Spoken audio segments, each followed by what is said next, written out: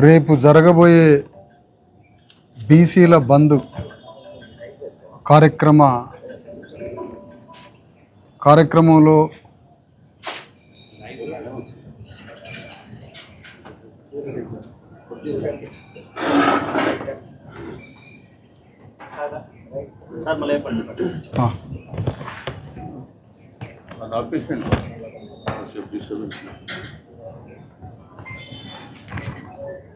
అందరూ ఫోన్లు సైలెంట్గా పెడితే బాగుంది.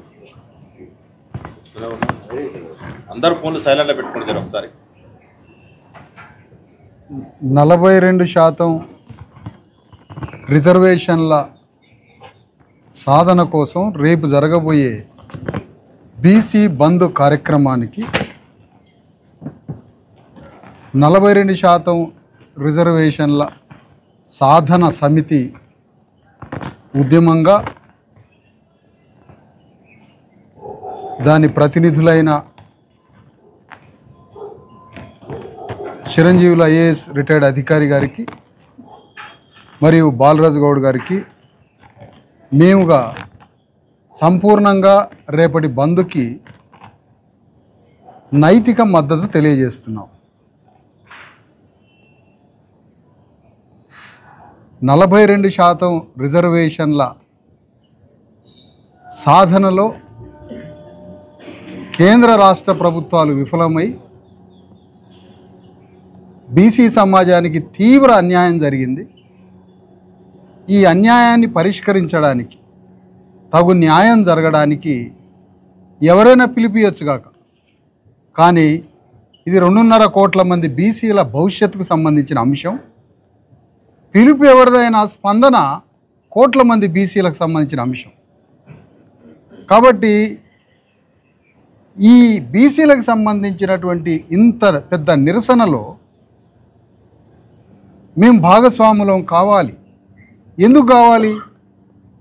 2.5 కోట్ల మంది బీసీల 42% రిజర్వేషన్ల అంశం విషయంలో ఆ భావజాల వ్యాప్తికి కారకులైన వాళ్ళం మేము. అంత పెద్ద బడబాగ్నిలాగా రేపు బయటకు వచ్చే నిరసనకి కారణం, అంత పెద్ద భావజాలానికి కారణమైనటువంటి వారిలో చిరంజీవులు గారు ప్రధానంగా, జస్టిస్ ఈశ్వరయ్య గారు, బాలరాజు గౌడ్ గారు అందరం దీంట్లో భాగస్వాములు. ఉద్యమ భావజాలం ఇంత పెద్ద ఎత్తున వ్యాప్తి కావడానికి కారణం ఒకరో ఇద్దరో కాదు, ఎంతోమంది కారణం.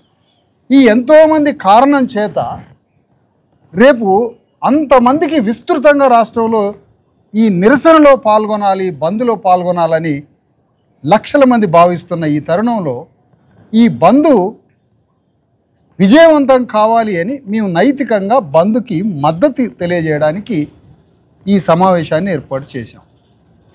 అందుకని ఈ ఇంత పెద్ద తీవ్ర నిరసనని రేవంత్ రెడ్డి ప్రభుత్వం, కేంద్ర ప్రభుత్వం రెండు తెలుసుకొని ఇంత పెద్ద నిరసన వస్తున్న దానికి ఈ చట్టాలు చేసి, రాష్ట్ర ప్రభుత్వంలో పనికిరాని చట్టాలు చేసి, థర్డ్ క్లాస్ చట్టాలు చేసి, లీగల్ శాంచిటీ, రాజ్యాంగ భద్రత లేని, చట్టబద్ధత లేని చట్టాలు తయారు చేసి అబాసు పాలు కావద్దు, కోర్టుల ముందు పరువు తీయొద్దు, పరువు పోగొట్టొద్దు, బీసీలంటే మీకు అంత చులకన అని కూడా మీ సందర్భంగా ప్రశ్నిస్తూ 9th షెడ్యూల్లో పెట్టే పని చేయాలి.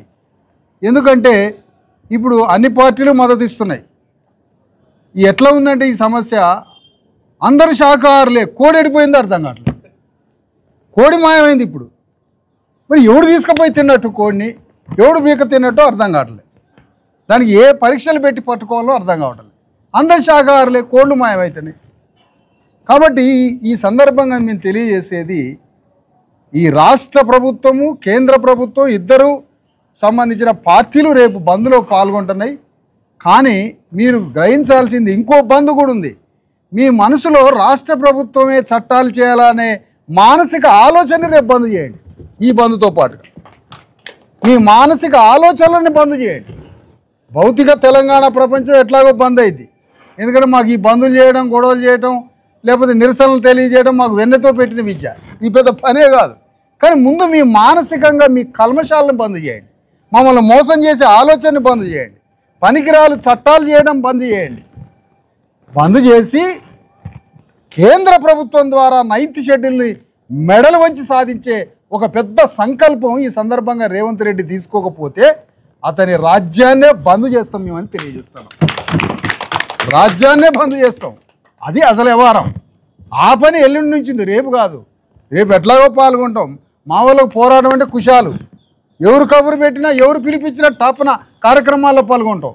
ఏ ఇంటి తలుపు కొట్టినా తెలంగాణలో ఏ ఒక్కడి మీదనే కేసులు ఉంటాయి, నిరసనలు ఉంటాయి, ఏయో ఉంటాయి వాళ్ళ చైతన్యాన్ని బట్టి.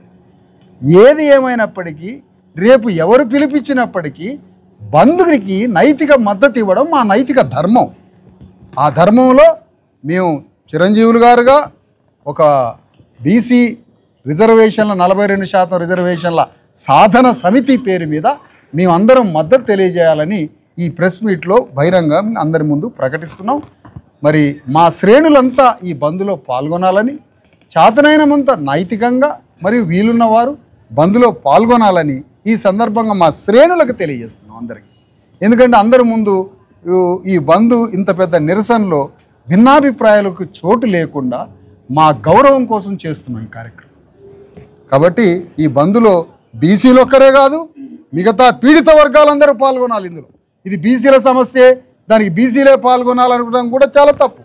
రేపు ఎస్సీ ఎస్టీలకు సమస్య రావచ్చు, రేపు మహిళలకు సమస్య రావచ్చు, యువకులకు రావచ్చు, పీడిత వర్గాలకు ఎవరికైనా రావచ్చు.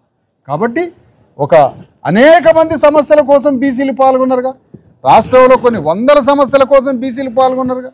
అట్లనే బీసీలకు సమస్య వచ్చినప్పుడు మిగతా వర్గాలు కూడా పాల్గొనాలి. అన్ని పీడిత వర్గాలు పాల్గొని ఈ బంద్ని నైతికంగా విజయవంతం చేయడం ద్వారా, దీంతో పాటు ప్యారలల్గా ఒకటి చెప్తున్నాం, బంద్ అనేది రేపు అయిపోతుంది. కానీ ఇంత పెద్ద నిరసనకి పరిష్కార మార్గాన్ని 9th షెడ్యూల్ అనేటువంటి బుద్ధి రేపు కేంద్ర రాష్ట్ర ప్రభుత్వాలకి ఈ నిరసన ద్వారా తెలియజేస్తున్నామని చెప్తున్నాం. మీ ఈ నిరసనకు ఒకటి యాడ్ చేస్తున్నాం. ఈ బంద్లో మేము దీనికి జత చేసేది ఏంటి? చిరంజీవులు గారు మేము జత చేసేది ఏంటి? దీనికి 9th షెడ్యూల్లో పెట్టేయడానికే ఈ నిరసన కార్యక్రమం. 9th షెడ్యూల్లో పెట్టేయాలి. పరిష్కారం కూడా చెప్తున్నాం. ఎందుకు? పోరాటం చేస్తాము, ప్రభుత్వానికి జ్ఞానం, బుద్ధి, సన్మార్గం లేదు కాబట్టి నువ్వు పని ఎట్లా చేయాలో కూడా మార్గాన్ని కూడా చెప్తున్నాను. అట్లా 9th షెడ్యూల్లో పెట్టించే సంకల్పం తీసుకోవాలి రేవంత్ రెడ్డి అని ఈ సందర్భంగా తెలియజేస్తూ, రేపటి బంద్లో మా శ్రేణులు మేము అందరం నైతికంగా మద్దతు చేస్తాం. వీలున్న పరిస్థితుల రీత్యా బంద్లో కూడా పాల్గొంటామని ఈ సందర్భంగా తెలియజేస్తాం.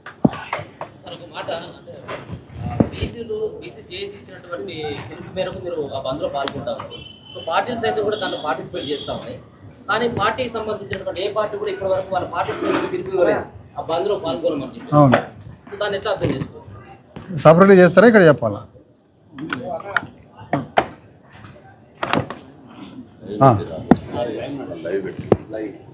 ఇప్పుడు వీళ్ళు నాట్ ఓన్లీ, ఇప్పుడు మీరు అడిగిన ప్రశ్న మంచి ప్రశ్న. వాళ్ళ పోరాటాలు ఏమన్నా ఉంటేనేమో కింద శ్రేణుల వరకు పిలిపిస్తారు. ఇది బీసీల సమస్య కాబట్టి లక్షలాదిగా విస్తృతంగా పాల్గొనండి అని ఏ పార్టీ వాడు తమ కింద శ్రేణులకు చెప్పలే. మేమేం చెప్పినాం ఇప్పటిదాకా? మా శ్రేణులందరికీ తెలియజేస్తున్నాం అన్నాం. ఎందుకు? ఇది మా బాధ కాబట్టి, మా కష్టం కాబట్టి. కానీ ఒక్క పార్టీ వాడు ఎందుకు చెప్పట్లే? మీరు చేసే పనిలో చిత్తశుద్ధి లేదు, మీరు ప్రభుత్వంతో తీసుకొచ్చే జీవోలలో చిత్తశుద్ధి లేదు, మీరు చివరికి బంద్ అనేది పిలిపిస్తే మీ బంద్లో మీ పార్టీలు పాల్గొనాలనే చిత్తశుద్ధి కూడా చూపించట్లేదు. అంటే మీరు అంత మోసమే, అంత లిప్ సింపతే, అంత కృత్రిమ మద్దతే మీది హృదయశుద్ధిగా ఇచ్చేటువంటి కార్యక్రమం కాదని తేడతెల్లం అవుతుంది. చిరంజీవి గారు వారు విశారదన్ గారు చెప్పిన దానికి కంటిన్యూస్గా మీరు వాళ్ళ యొక్క స్టేట్మెంట్స్ను జాగ్రత్తగా మీరు జాగ్రత్తగా మీరు చేసుకోండి, మేము చూస్తాం. ఇంతవరకే సమాధానం. సో నేను మిగతా వాళ్ళని నేను ఫాలో కాలే, కానీ వాళ్ళందరూ కూడా నైతిక మద్దతు ఇచ్చినప్పుడు కాబట్టి వాళ్ళ శ్రేణులందరినీ పాల్గొమని చెప్పలే. కానీ కాంగ్రెస్ సంబంధించినటువంటి ప్రెసిడెంట్ ఇచ్చిన దాంట్లో మా వాళ్ళు కూడా పాల్గొంటారని ఇక్కడ నుంచి చదివినాను నేను.